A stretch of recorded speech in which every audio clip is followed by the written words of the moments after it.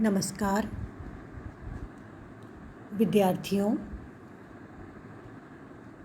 MA उत्तरार्ध पंचम प्रश्न पत्र निबंध। कल हमने पीडीएफ के रूप में आपको आदिकाल का सामान्य परिचय दिया था। आपने उसका अध्ययन किया होगा। आज हम सामान्य परिचय के अंतर्गत तो जो आदिकाल को लेकर विभिन्न समस्याएं हैं, उन समस्याओं में से आज नामकरण की समस्या को और उसका जो समाधान हुआ उस पर विचार करेंगे। किसी भी साहित्य में जब विकास होने लगता है तब विकास के ही कारण उस विकास की पूर्णता को प्राप्त करने के लिए मानस मंथन होता है। विद्वान, मनीषी, आलोचक, बुद्धिजीवी सभी अनेक प्रकार से विचार करते हैं। ऐसी ही समस्याओं में आदिकाल को लेकर एक नामकरण की समस्या भी जुड़ी हुई है। सामान्य रूप से किसी भी कालखंड का नामकरण 2 या 3 आधारों पर किया जाता है। जैसे एक आधार विशेष व्यक्ति के नाम पर, व्यक्ति विशेष के नाम पर। दूसरा युग प्रवृत्ति, उस युग में जो भी विशेष प्रकार की प्रवृत्ति रही हो लेखन की, उसके आधार पर। और तीसरा प्रचलित साहित्यिक प्रवृत्ति विशेष के आधार पर किया जाता है। हिंदी साहित्य के प्रारंभिक काल के जो नामकरण दिए गए हैं वे अधिकांशतः प्रवृत्ति विशेष के आधार पर ही हैं, पर कुछ ऐसे नाम भी हैं जो प्रवृत्ति से संबंधित न होकर विशेष विचारक या संप्रदायों से जुड़े हैं, या किसी भाषा विशेष को भी आधार बनाया गया है।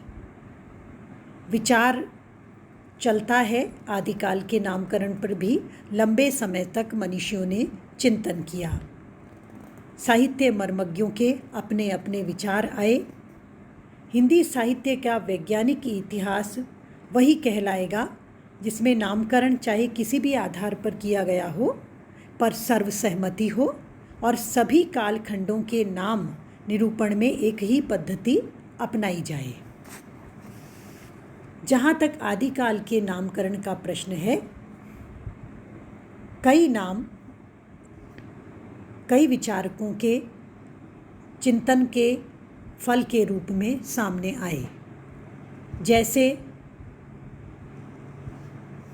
आचार्य रामचंद्र शुक्ल ने वीर गाथा काल कहा। वीर गाथाओं की अधिकता, वीर रस की प्रधानता इस युग में थी ही। फिर हम देखते हैं कि सिद्ध सामंत काल कहते हुए स्वीकृति देते हैं राहुल सांकृत्यायन।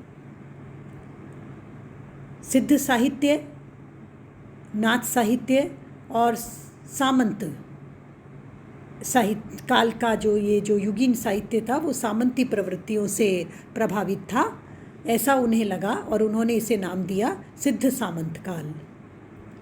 इसी क्रम में डॉक्टर ग्रियर्सन अपनी बात रखते हैं आदिकाल को चारण काल कहने में, जो एक वर्ग विशेष द्वारा इस युग में लंबे समय तक साहित्य का सृजन किया गया, तो उन्होंने चारण काल नाम दिया। फिर एक नाम आया संधि चारण काल, राम कुमार वर्मा। इसी क्रम में अपभ्रंश काल, प्रारंभिक काल, ये नाम भी हमारे सामने धीरेन्द्र वर्मा, मिश्र बंधु इत्यादि ने रखे।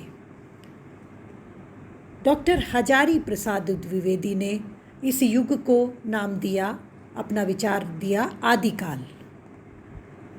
डॉक्टर विश्वनाथ प्रसाद मिश्र ने कहा वीर काल। अब इस प्रकार से अनेक नाम अपने अपने स्थान पर युगीन साहित्य में ये सभी प्रवृत्तियां पाई जाती हैं।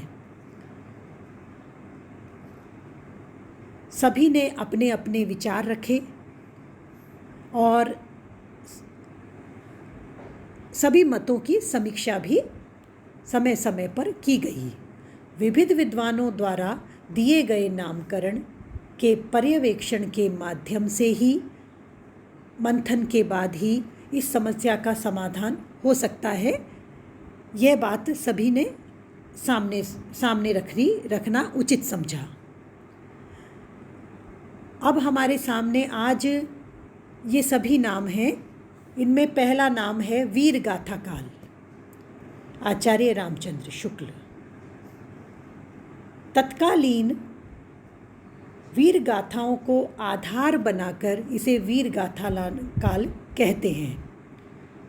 यह सत्य है कि वीर गाथात्मक रचनाओं का आधिक्य है।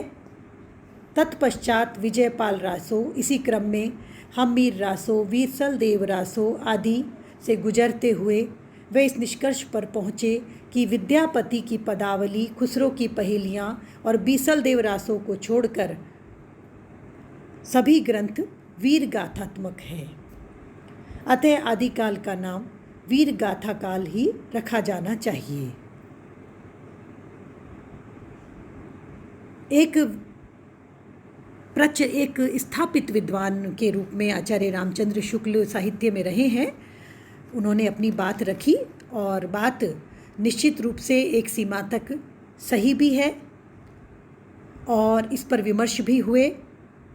और आचार्य शुक्ल के इस मत का अपने विचार के पुष्टि में भी और अन्य रसों की रचनाओं के संदर्भ को ध्यान दिलाते हुए इस नामकरण का खंडन भी सामने आया। कहा गया कि इसके केवल वीर गाथात्मक रचनाएं ही नहीं हुई हैं। इस युग में जिन 12 रचनाओं के आधार पर शुक्ल जी ने इस काल की प्रवृत्तियों का विवेचन किया है, उनमें से कई पीछे की रचनाएं हैं। कुछ रचनाओं के संबंध में तो निश्चित रूप से कुछ निश्चितता भी नहीं कही जा सकती है कि उनका मूल रूप क्या था। इस संदर्भ में अगला नाम आता है राहुल सांकृत्यायन जी का दिया हुआ सिद्ध सामंत काल। अगली कक्षा में हम इसी क्रम में आगे चर्चा करेंगे। धन्यवाद।